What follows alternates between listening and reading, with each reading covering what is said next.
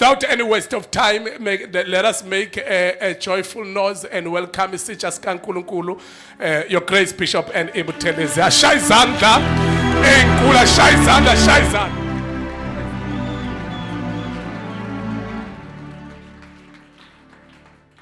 Singahlala phansi.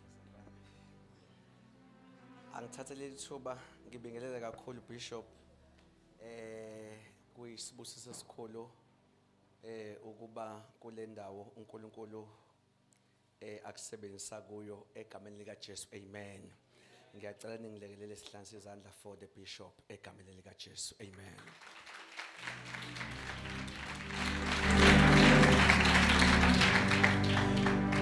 Ngibingelele kakhulu ingceku zenkosi as sementionile umpostoli uMzila sebengela mfethu egameni lika Jesu, umfundisi uDlamini, my son with his wife, bonke abafundisi abakhona yonke leadership yala ekhaya, abobaba omama insizwa intombi worshipers, abe sound ushers, onke ama departments in Jesus name. Amen. Bazalwane ngenxa yesikhathi sethu for today ngiyacela sithathe amabhayibheli ethu nokubhala kulabo who are doing that. Thank you, Lord. Ngifisa sikhulume bazalwane kulesi sikhathi sixa siphe sona ngokubaleka kokuba aligned with the word of God. Amen. Ukuphila impilo eqondene nezwi.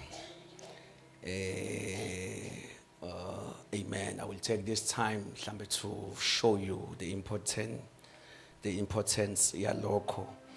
Mhlamba ngiqale ngiveze lamaqiniso awu2 bazalwane nje base ngiqalile elokuqala lokuthi siphila in the time where the devil is attacking the word.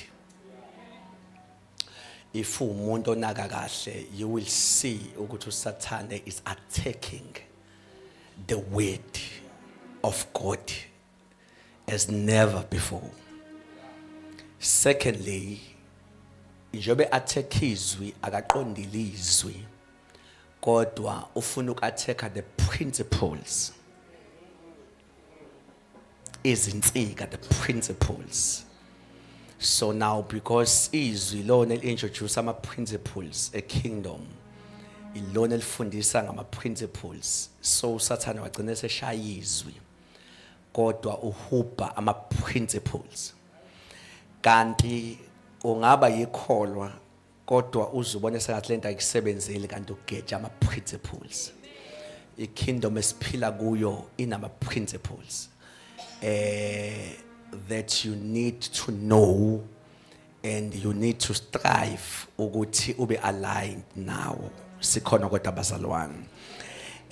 Angiqale ngiveze lamaqiniso kaMbalwa ngeBhayibheli. iBhayibheli hlanso zencwadi zo66 ezisazi labhalwa amadoda awu40 kwabanye nezinye izinkolo incwadi nje kodwa kithi yizwi likaNkulunkulu. Aw amen. Cela ukuyiphinda that thing. Le ncwadi esiyiphethe kwabanye is just a book as any books kodwa kithi this is a word.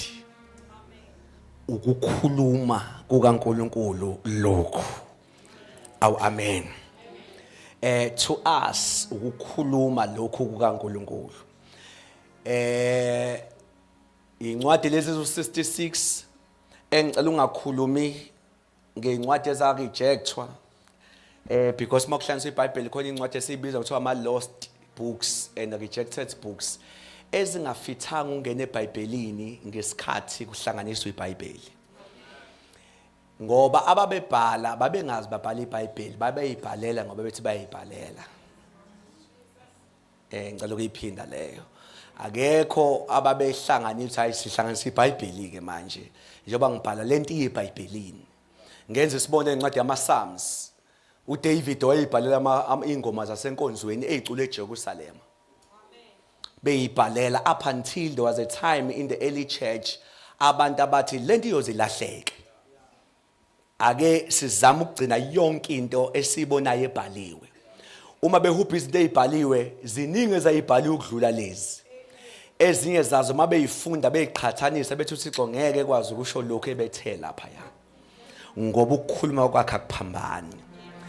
Then that's why kunezincwadi kubantu bama internet abahubhayo izincwadi ukuthi uthola izincwadi kuthiwa the book of Enoch, the book of Bani ezingafithanga ungena eBhayibhelini. Ezingafithanga ungena eBhayibhelini ungayifunda uma umuntu othandayo nje ukufunda but dangerous because kunezinto okunesizathu ukuthi why ababehlela behlanganisa izwi bebona ukuthi lezi azingeni khona ngoba izwi kaNkuluNkulu aliphambani. Njoba ngithi aliphambani uma kunento engayiunderstand kwiscripture fanele kube yimina obona ukuthi ngizokwenza njani ukuthi ngiqondane naso ungatwist isona siqondane nami. Ngicela ukuyiphinda that thing. Izwi uma ngibona sengathi kunento engayiunderstand noma engathi yaphambana yimi okumele ngizame ukuyi-upgrade ukuze ngi-align nale yanto. Imini otwistayo. Because ingozi is when umuntu efuna ukutwista lona ukuze lihambisane naye. And siphila kuleso sikhathi njengamanje ingakho kunama religions. And mawuthi check ama religions amile bonke abakhothe ezwini. Ayikho religion engeke ikukhothele iscripture. But mawuthi uyachecka bamenje ngaleso scripture basitwista ukuba sisuthe lento le abayiyona. Ngicela ukungimemeza lokho thina njengamaKristu sitwista thina. Oh God, ukuba sibe align nezwi. Sikhona kodwa bazalwane because izwi likaNkuluNkulu leli liphelele. Sikhona kodwa bazalwane liphelele alinawo ama mistakes. I will give you some scriptures very soon. Now ake ngenze isibonelo. Izwi kaNkuluNkulu aliphambana. Ake ngenze isibonelo. Uthi uMatthew ningabizi umuntu ngomfundisi.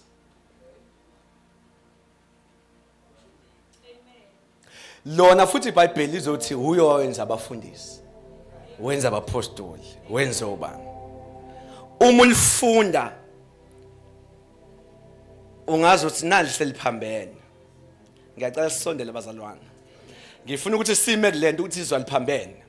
Njengoba lithe la singabizi umuntu ngomfundisi. Ngapha ngithi Ephesians 4 ezothi uyo wenza abafundisi. Sekudinga mina ngingasho silento iphambene. Ngithi Nkosi ungangisiza njani ukunderstanda ngoba izwi lakhe alinaphutha. Ngicela ukuphinda. It's the same book mangiza ngengqondo nje ecanal liphambene. Aw amen. Now ukuze ngisizakale la I need ukuthi oqala ngime ku stand lokulikhola izwi. Ngicela ukuphinda. Umoya ongcwele akakwazi ukukusiza once waqala walisola izwi. Kudinga nje uqala uhlezi umile ku stand. So ukuthi yabona lento uThixo ayisho ayiphambene from Genesis to Revelation uNkulunkulu akanalo iphutha. Ngesikhathi kunento engayiunderstand sekudinga ukuthi kodwa ngiqale ngime kulabaqiniso lawa. Lokuthi leli izwi kaNkulunkulu liphelele futhi alinayo inkohliso. Then uThixo masekwazi ukungisiza ukuthi because enye into awusizakele uma uzo understand iscripture ngokukhahlela iscripture ukuze uvume iscripture. Indlela eright yokuthi fanele ngigcine ngiwavuma onke ngiwa-understand noma engathi aphambene kodwa ngingaphiki nelilodwa. Hey. Njoba nje ethi singabize umuntu omfundisi fanele ngilivume. Njoba lithi uyena obisa abafundisi ngilivume. Ngoba yizwi lakhe. Lonke izwi oli-understande ngoba ukhahlele elinye izwi. Usuke usengxakini as a believer. Sekudinga manje ngithi ngiyakuvuma ukuthi impela uthenga biza umuntu ngomfundisi. Mase ngihlehla ngithi kumapha amaqiniso. Oh uJesu ushwe semzimbeni. Uyena umfundisi. Ingakho magululaza kuthiwa umfundisi uyagula omthandayo. Shuthi ngesikhathi ewumfundisi seningabiza umuntu ngomfundisi. Kodwa masenyuka kahambanga nobufundisi. uye obesenza abanye abafundisi. Then isho somabili amavesi aqinisile elithi singabizi umuntu ngomfundisi. Ngizama ukwenza isibonelo church. Liqinisile singabizi umuntu ngomfundisi. In that time, as a pastor of the church. But uma sehamba lithi uye owenza abafundisi. Shuthi manje sefanele into ongayifundi sengathi usuku olulodwa. Yabo. But ngime kulento ukuthi liqinisile. Impela ungabiza kanjani umfundisi ekhona kubiza omunye ngomfundisi liqinisile leli uJesu ekhona. Again liqinisile leli ngeke ibandla lingalidwa. Uma sehambile bekumele ehlise ukuthi kube khona bangabizwa ngabafundisi. Then this is a stand. Amen. Sikhona kodwa abazalwane. Now uSathane uattack through social media ngendlela emangalisayo attack iscripture, attack the word. And ibandla li expose into engathi it's a dangerous era. Because umuntu uyachecka TikTok kukancane into ezohutshwa abantu ibe scriptural. Lokho engathi kuphambene gijima kakhulu. Kodwa lokho kusezwini kume. Ngiyacela sithathe mhlambe lesi sikhathi sethu sibuke amaqiniso kaMbala. So we believe ukuthi these 66 books ehlanganisa iBhayibheli yizwi likaNkulunkulu. Liqinisile from the Old Testament to the New Testament. Genesis to Revelation. Liqinisile. Oh amen. Oh hallelujah. But can somebody read for me, if possible? Stand by. 2 Peter chapter 1 verse 20. Maybe we need to vie from that scripture. Oh God, we need to vie from that scripture. Maybe somebody with a microphone, if possible. 2 Peter chapter 1 verse 20. Very quick. Oh God.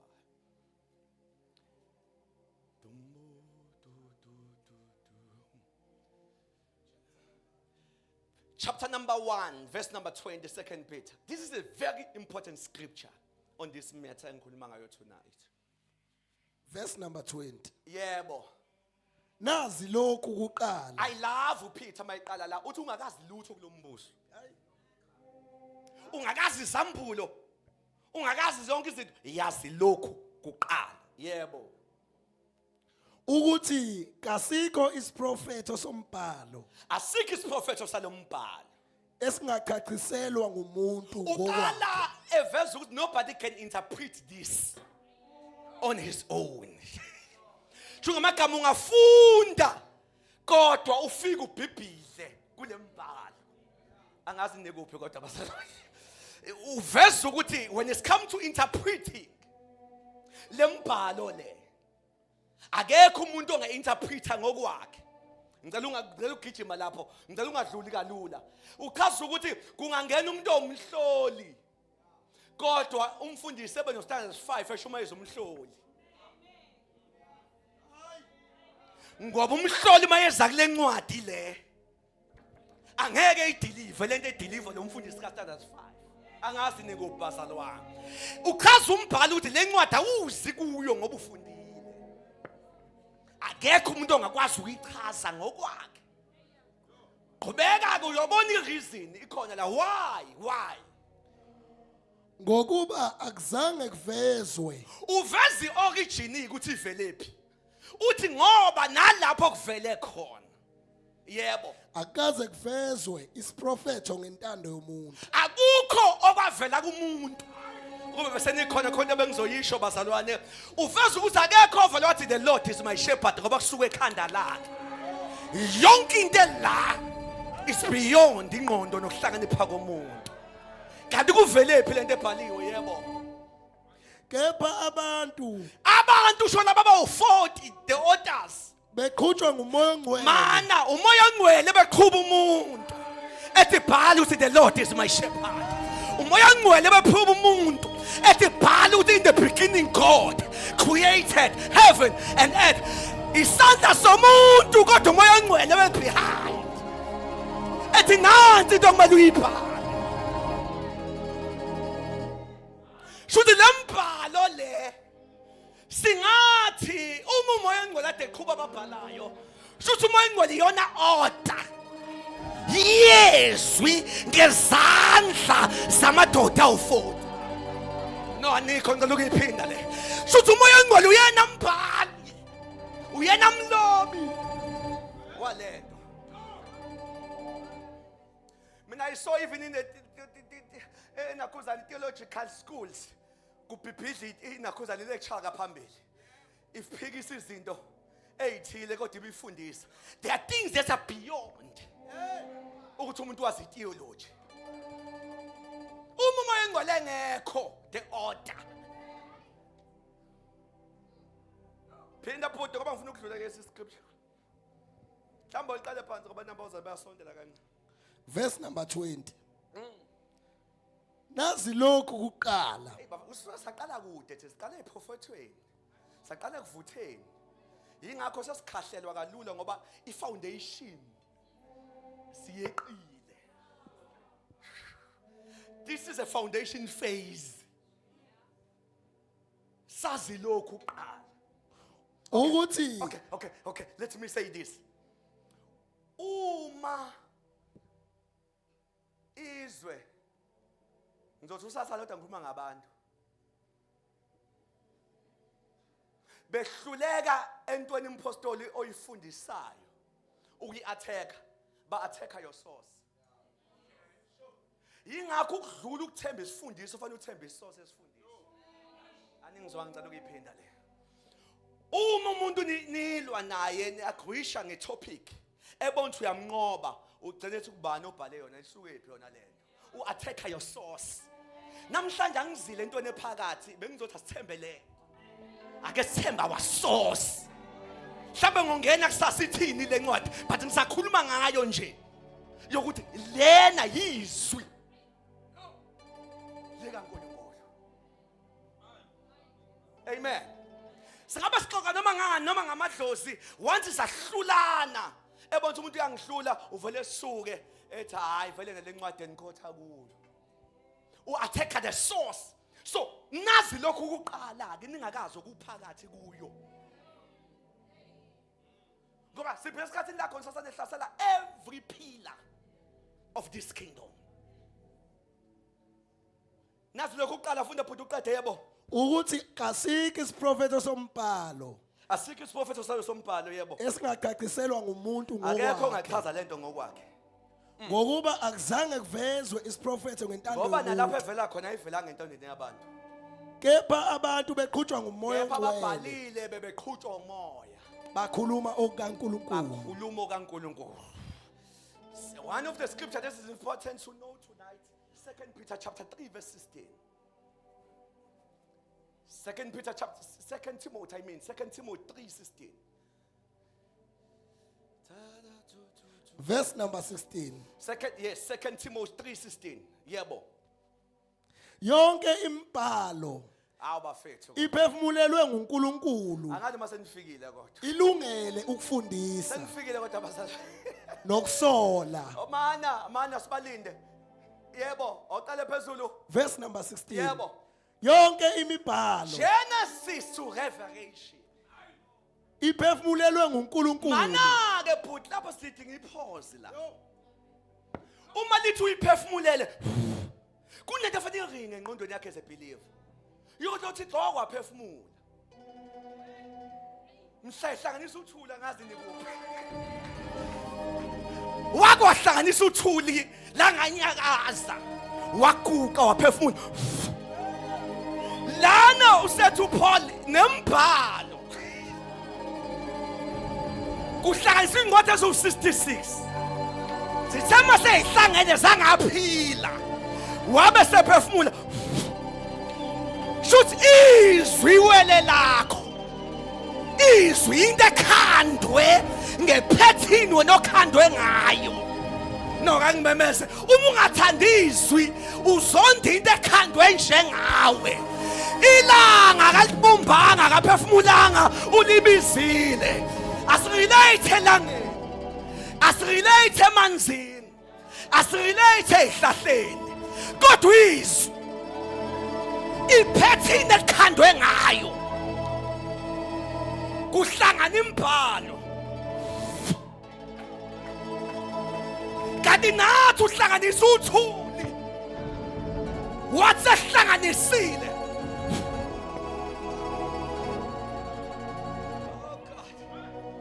so that the word of God is the only thing ekhandwe ngephethini efana ngqo nawe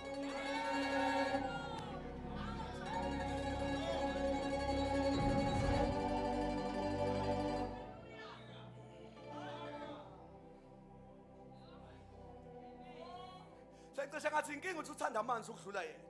Ukudlula lona. Inkinga ukuthanda imithi ukudlula lona.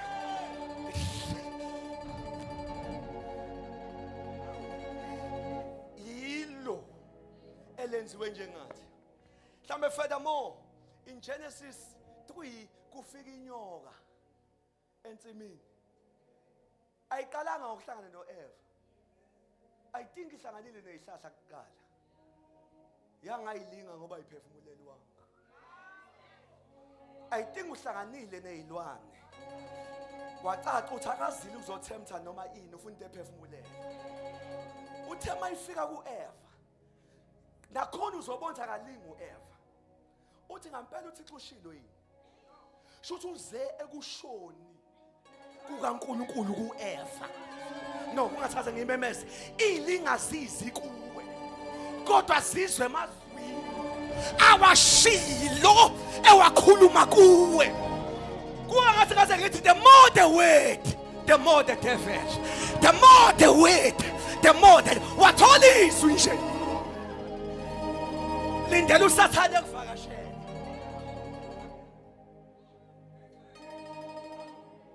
Genesis 3 uyabona kuthemba uEva kuthemba the word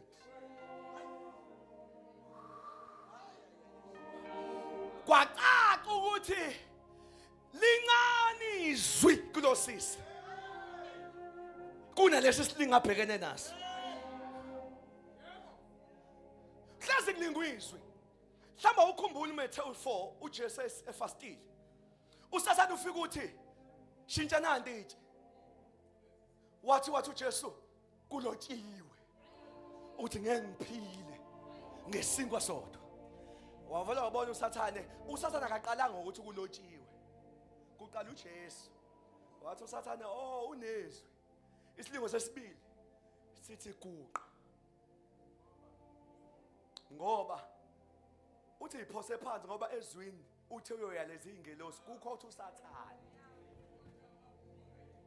because akakwazi usathana ukuza kumuntu uzezwini kwacaca futhi uJesu unalo izwi lihaya wathi hayi kulotshiwe futhi kusho uJesu manje uthi ungayilingi inkosi uJehova uNkulunkulu wakho uyabona impi ayikho personal nokuthi angimemeze impi obhekene nayo ayikho personal it's a word versus the word usathana uza namazwi ewatwistile ezohlasela amazwi phakathi kuwe sengathi ngakuthola urooted in the word sikuleya into nje levele lapho uthi umbhali iphefumulelo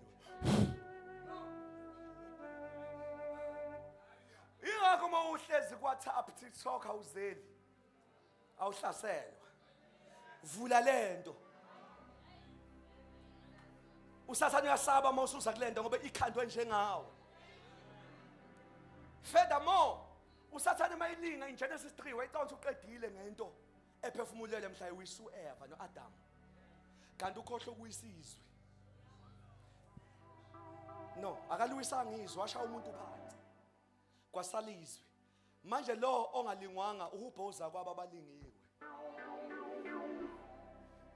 angithi nasaphelele nosaphelele thina saphefumulelwa salingwa sadlule impini kwatshontshwa izinto lona lisaphelela likaze lithemthwe alingenanga la ungene khona manje mawuya kulo abafethu lirefilla ama gaps kuwe ngoba lona lisene full package njoba waphefumula wathi kusaphelele uNkulunkulu kulo qeda yonke impalo yebo Yonke impali iphefumulelwe nguNkulunkulu. yebo Ilungele ukufundisa.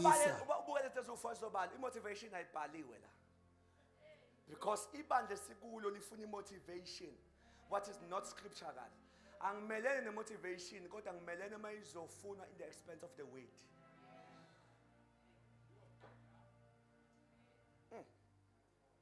singaqhuqhuzelana nje kodwa not in the time and expense of the weight awubuke lenzani lona lidalelweni uma selenziswa okunye selitwistiwe nasi there's 4 elidalo lizwe funda lilungele number 1 Ilungele ukufundisa. number 1 ukufundisa oh god yini ukufundisa should lilungele ukintroduce the new information inkinga uxabana nento entsha mayishungayelwa no ngicela ukuyiphinda inkinga monomoya ostubborn ofuna ukuhlala kwi-tradition yento ozaziyo uma sekuyisikhathi sezwe lindele ukufunda nokudonswa entweni entsha ngoba lilungele ukufundisa abekho abantwana or students abangalwa nothisha noma nelecturer ukuthi why usiphi into entsha siyazi nalento le siyazinikela lento betoyitela information ngoba esikhathini sokufunda ufuna ukubuya nolwazi olusha so izwi lilungele ini shoze njalo mawuza kulo be ready for the new information yebo Nokusola. kwesinye isikhathi alifundisi kwesinye isikhathi liyasola lithi hey akhambi kahle makunje yebo Nokuqondisa. kwesinye isikhathi liza nesando lithi ngathi ugwegwile liqondise likubuyisa kwi-alignment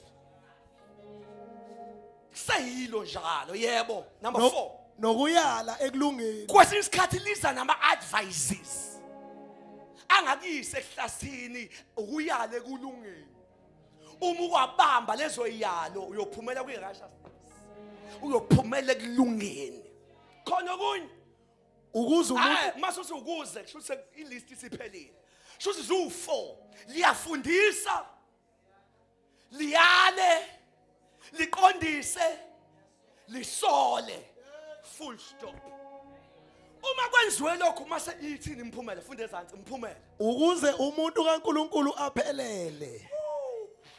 shuthi once layekwa lenziswe ezinye izinto kuba mnandi endlebeni kuphume kumnandi kodwa umuntu ungene ngaphelele ephume ngaphelele kodwa lona manike la fundisa laqondisa layala lasola into ongena ushoda kuyo lifika liyivale uphume usuphelele ungcono kunaleso sikhathi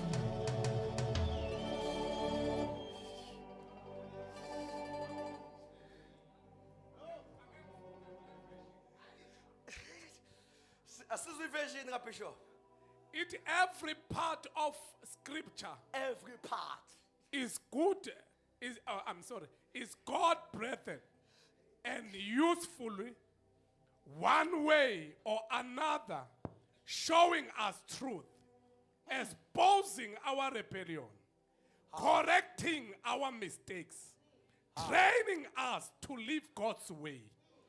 Through the word, we are put together and shaped up for the task God has for us.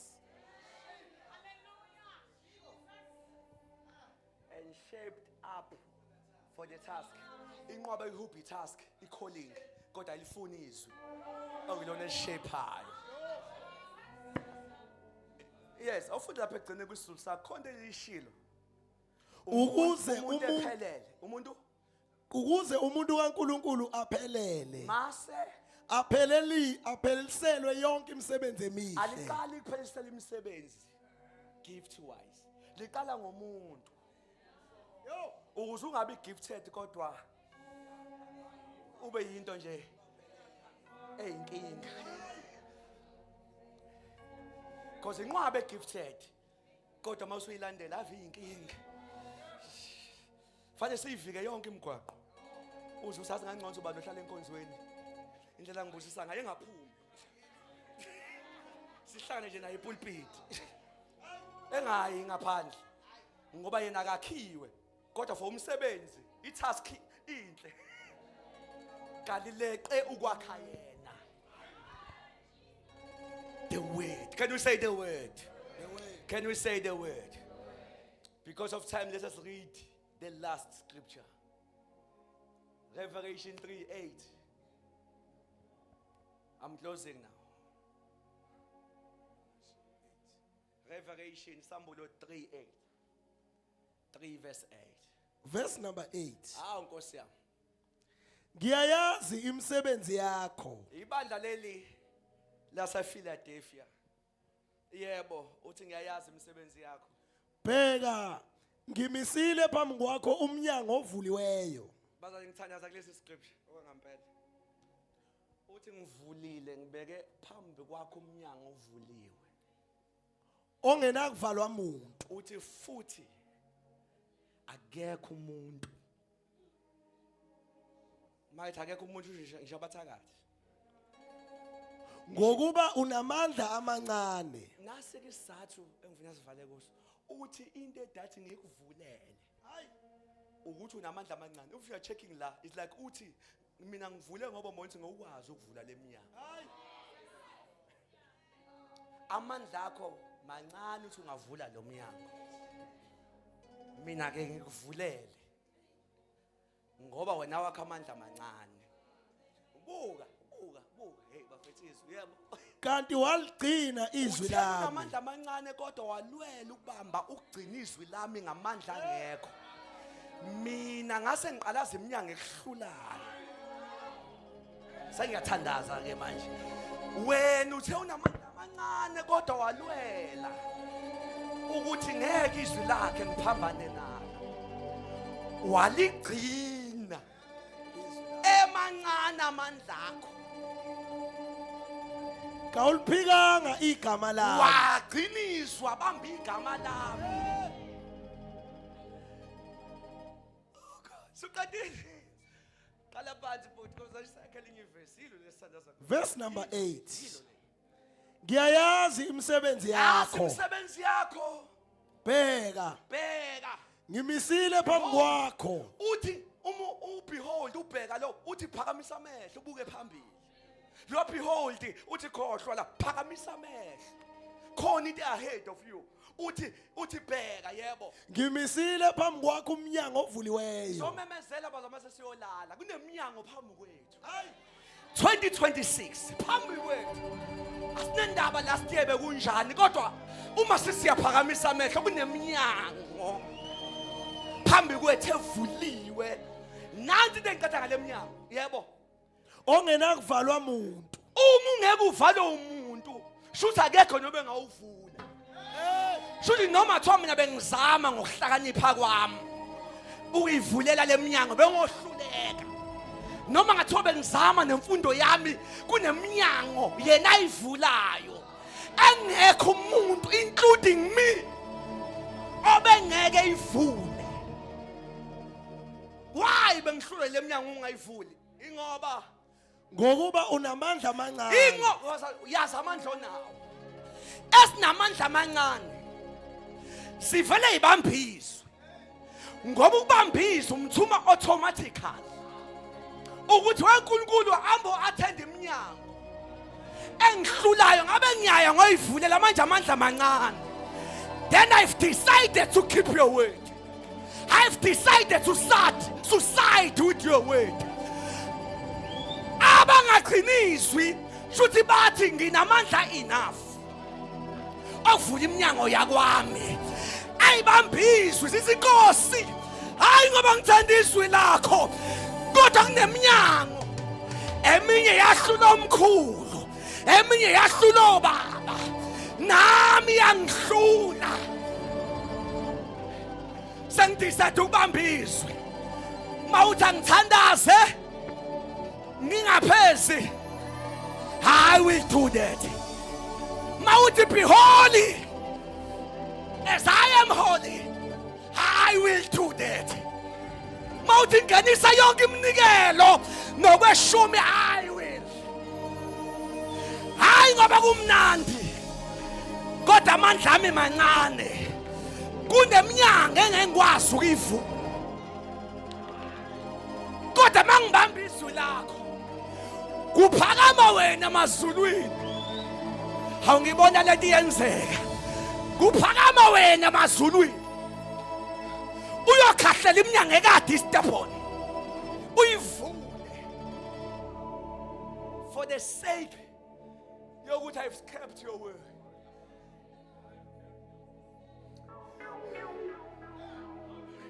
Funda kokugcina phula, kanti waligcina izwi lami. Verse number 8. Ngiyayazi imisebenzi yakho, bheka ngimisile phambi kwakho umnyango ovuliweyo. ngekucinga lo mnyango usulocate umisiwe. Shuthi sengubeke la uzodlula khona, ngumisile. Yebo, Ongenakuvalwa muntu. kade into zethu ivalwa abantu, kodwa lo mnyango akekho umuntu ongakwazi ukuwuvala. Ngokuba unamandla amancane.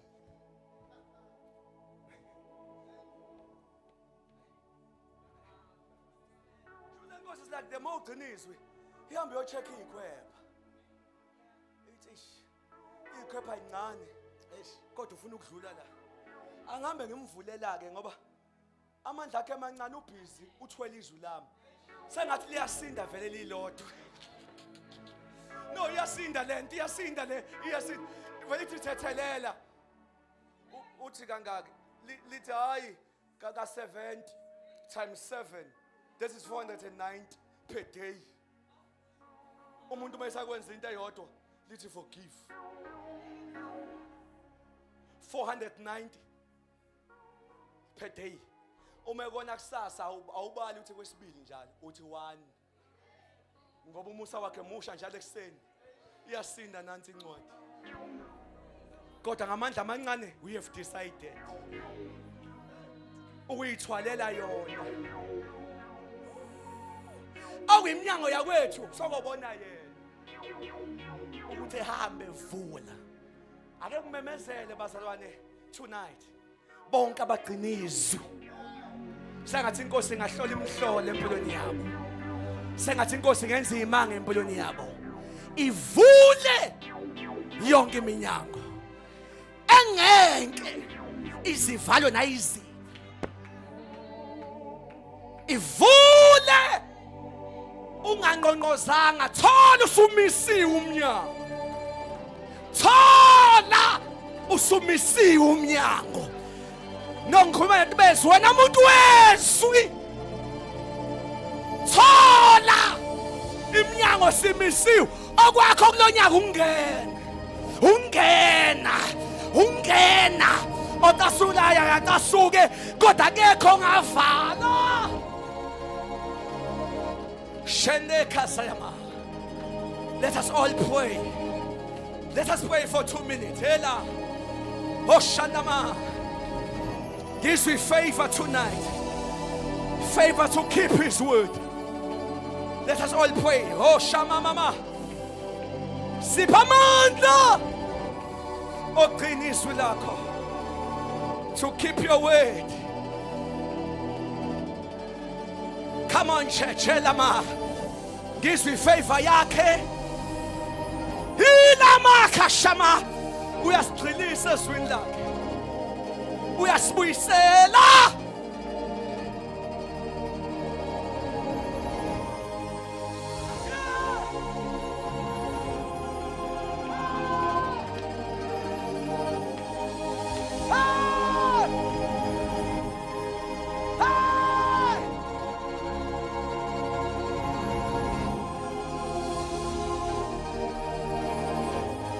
on church, ngizwa amandla. Ngizwa amandla, ngizwa amandla. La la la la. Hey! Hey! We will keep your word. We will keep your word. We will keep. Shande Kazayana. Ushande Kazaya. Nabangena mandla. Kodwa wezwi bayanikwa namhlanje. Awezwi ayandiswa namhlanje. Ilamaya, I may be the failure, but not in your word. Not in your word.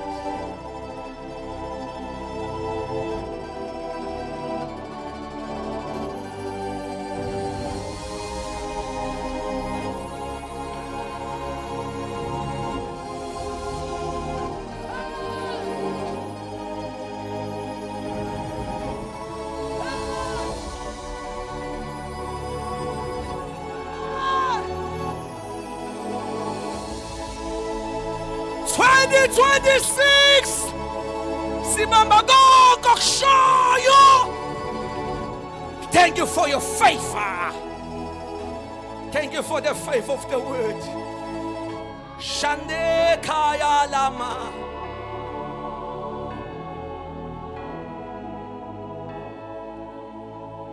Elama ye Shamama.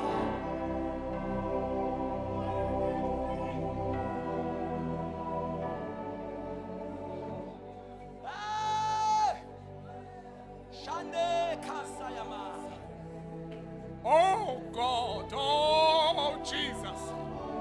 As stand as Sebastian, as stand as open your mouth and pray in the mighty name of Jesus Christ, the Son of the living God. Come on, Church of Jesus. Come on, Church of Jesus. Postolum Sila, Mukamantala Brosaya. Pray wherever you are in the name of Jesus. Pray in the mighty name of Jesus. Pray in the mighty. Siyabonga baba wethu onamandla onke ngolizwi lakho lingephuthe elivela emlonyeni wakho liqinisile ungubayethe wena ophilako ukuthetha kwezwi lakho uNkulunkulu wethu ongcwele othi linjengemvula eyehla ivela phezulu wathi ayophelela emafini ingafinyelela ngemhlabeni wathi liyoba njalo elivela emlonyeni wakho aliyobuya kwena lambatha umsebenzi lingawufezile lifezile ebusuku uNkulunkulu wethu ongcwele liyaphodloza livula indlela ngesihlongo sibi liphilile ilisu limikhatha liyaphotokosha uriyabakhathala kathosha bayethe urabakhatha kosharaba uriyapokotosha rabakhatha kosha uriyabekethele bekotho ungcwele ungcwele ungcwele ungcwele ripakhatha kosha uriyabakhatha labashata bayethe rapakhatha kosha urobokotoshata iminyango emiphambi kwethu we are occupying indabakatosha uriyabakatosha yonke iminyango siyangena our finances uriyabakatosha our deliverance uriyabakatosha bayate uba nochekawe uba nofana nawe wawukhona ukhona uyoba khona kuthe kwephakathe undabili yakhathakho udibili silimata bayate isimanga sikaNkulunkulu awe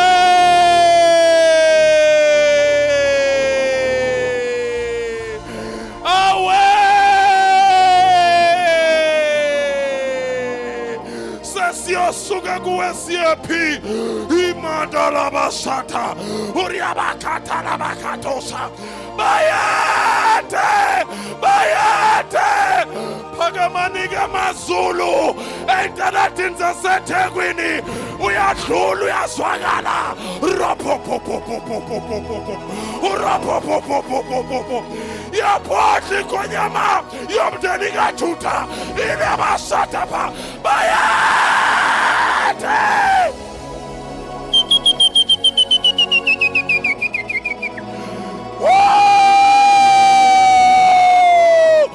Iriabakatakosa, Uriabatalabakatasha, Kotonitunen endlini, Ilimasililika, Oriamatilisima, Oriamatarimakosa, bayade!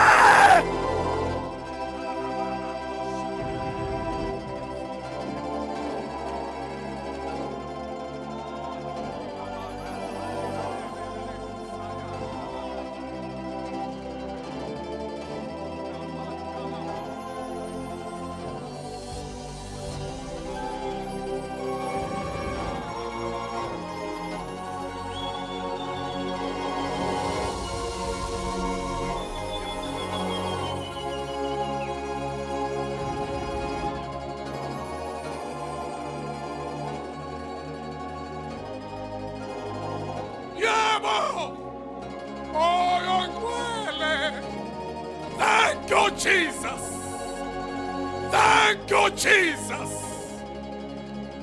Bayete, bayete, bayete, bayete, bayete, bayete, bayete, bayete, bayete, bayete. Bayete. Woo! Ow! Ow! Ow! Ukamantele brosikataya henana ya kushataya. Bayete Jesu. Bayete Jesu. Bayete Jesu. Bayete.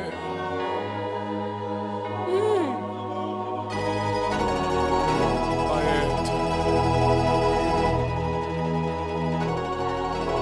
Oh God. Oh. Oh. Hallelujah. Hallelujah. Oh, wahlajwa. Oh, wahlajwa.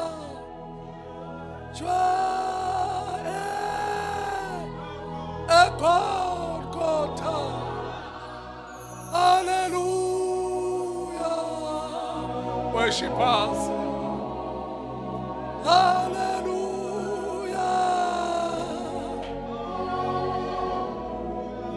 Hallelujah.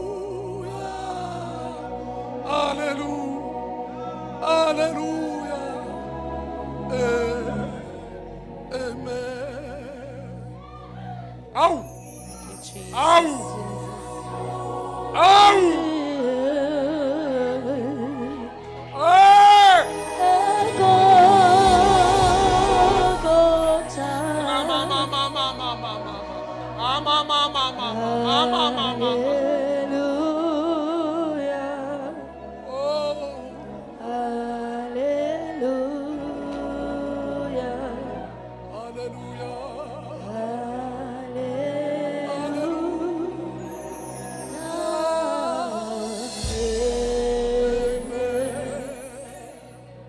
Uyinkosi ephakeme, uyinkosi engcwele. Siyakuma ezwini lakho. Usho njalo uPetru uthi siyasuka siyephi ngokuba amazwi okuphila tholakala kuwe. Masehlukana nawe sehlukana nezwi. Bayede. Bayede. Bayete. Bayete. Bayete. Bayete. Hallelujah. Oh, wahlatshwa. Oh, khona le eGolgotha. Hallelujah. Hallelujah. Hallelujah. Hallelujah. Hallelujah. Hallelujah.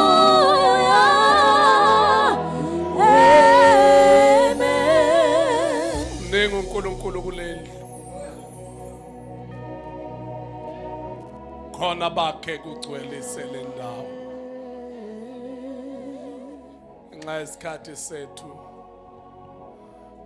asewubamba umnikelo wethu.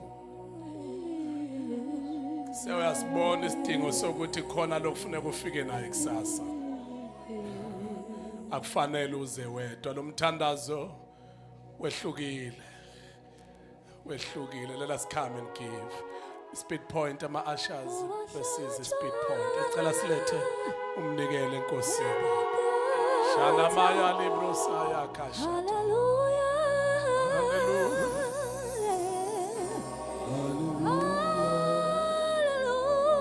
Oh God.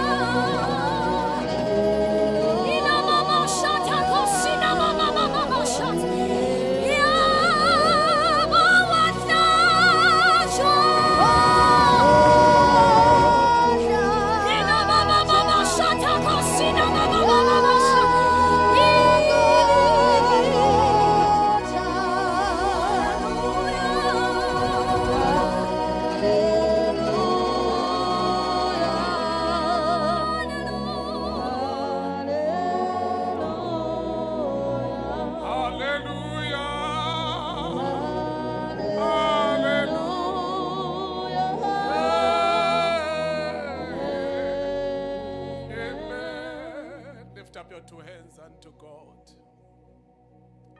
Oh God. Moya ingcwele siyabonga. Ukusikhumbuza ukuthi sazalwa ngizwi. Wakhuluma ngaphambi kweformation ukuba sibe khona. Nalizwi lakho ukusikhumbuza ukuthi impela ngeke salisola, ngeke sakhipha. ushilo wathi uqalekisiwe lo susa lokhu elilodwa lamazwi alotshwe kule ncwadi. Baba wethu onamandla onke siyakuhamba ngalo ngoba ngalo uthe siyagezwa wathi liyisigezi izwi lakho liyahlambulula Baba wethu onamandla ukuze sibe umakoti ongenasihla ongenambimbi ongenabala ma wena uvela sibe umakoti omhlophe qwa sihlanzwa ngezwi lakho usuku nosuku angeke salifulathela siyabonga ukusikhumbuza kangaka moya ingcwele namhlanje kusihlwa. Thank you, Holy Spirit. We are about to depart from this place, oh God. We are not departing from you, God. Kodwa Nkosi sishiya le ndlu lezindonga kuwena siyawunamathela kuze kube ngunaphakade. Londoloza abantwana bakho besahamba ngendlela zonke kuze kube siyahlangana kusasa sikuwo lomthandazo nakule ntaba yomkhuleko. Babiyele ubavikele babusise bavulele iminyango wenzele ukuba igama lakho lintuswe lidunyiswe njalo. Let everyone shout makwenzeke kimi njengokusho kwezwi lakhe. Shout makwenzeke kimi njengokusho kwezwi lakhe. For the last time makwenzeke kimi njengokusho kwezwi lakhe. Ake simshayele uJesu izandla phezu kwekhanda. He is worthy of all the praise. Come on, Church of Jesus. Ake simshayele izandla, ake simshayele izandla, ake simshayele izandla. He is worthy. Hallelujah. Oh, Shana Maya Hela Thank you, Masaya. Jesus. May God bless you, bazalwane. Asibona nekusasa 6 o'clock to past 7 we are here. Tomorrow don't come alone. Cela kube khona umuntu ofika naye nom inviteayo. God bless you in Jesus name. Amen.